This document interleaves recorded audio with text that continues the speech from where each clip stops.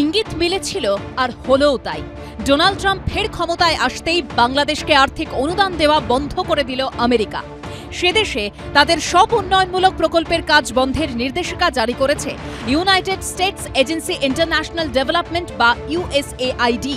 আমেরিকার এই সিদ্ধান্তের জেরে বাংলাদেশ চরম আর্থিক সংকটের মুখে পড়তে চলেছে বলে আশঙ্কা। আমাদের এটাও দেখতে হবে যে বাংলাদেশ কিছু কাজ করছে যেটা সম্পূর্ণরূপে এখনকার যে আমেরিকার যে চিন্তা ভাবনা তার বিরুদ্ধে, মানে আতঙ্কবাদীদের সাহায্য করছে। আমার মনে হয় খুব শীঘ্র আমরা দেখতে পারবো কিছু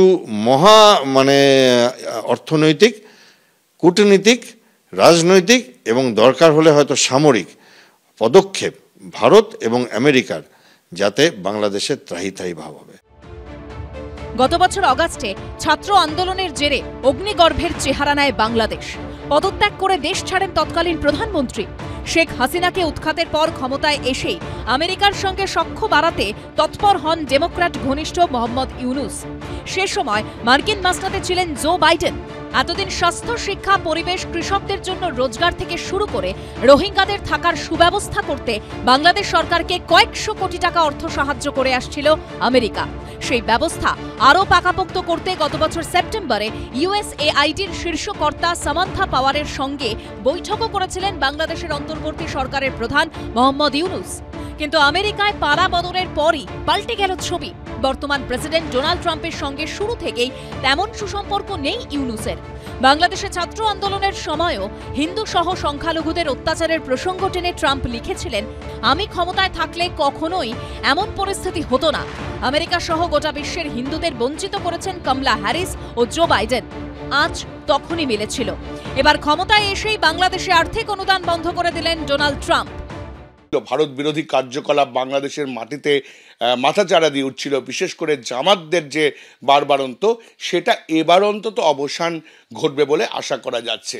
কেননা বিশ্বায়নের যুগে সারা পৃথিবী একটা দেশের সঙ্গে আরেকটা দেশের সঙ্গে ওতপ্রোতভাবে জড়িত। এবার মার্কিন যুক্তরাষ্ট্র ভারতবর্ষের পাশে আছে, সেটা কিন্তু আবারও প্রমাণিত হলো। এবারে আশা করা যাচ্ছে যে এই ভারত বিরোধিতা, বাংলাদেশ যে একটা ইন্টারিম সরকার গঠন করেছে, সেই সরকার অন্তত বন্ধ করতে বাধ্য হবে। 20 জানুয়ারি 47তম মার্কিন প্রেসিডেন্ট হিসেবে শপথ নিয়েছেন ডোনাল্ড ট্রাম্প, যার সঙ্গে নরেন্দ্র মোদীর সুসম্পর্ক কারও অজানা নয়। এর মধ্যেই ভারত বাংলাদেশ চাপানোতরের আবহে ট্রাম্প প্রশাসনের নবনিযুক্ত বিদেশ সচিব মার্কো রুবিওর সঙ্গে বৈঠক করেছেন ভারতের বিদেশমন্ত্রী এস জয়শঙ্কর। সূত্রের খবর, বাংলাদেশ ইস্যুতে মার্কিন আধিকারিকের সঙ্গে বিস্তারিত আলোচনা হয় তাঁর।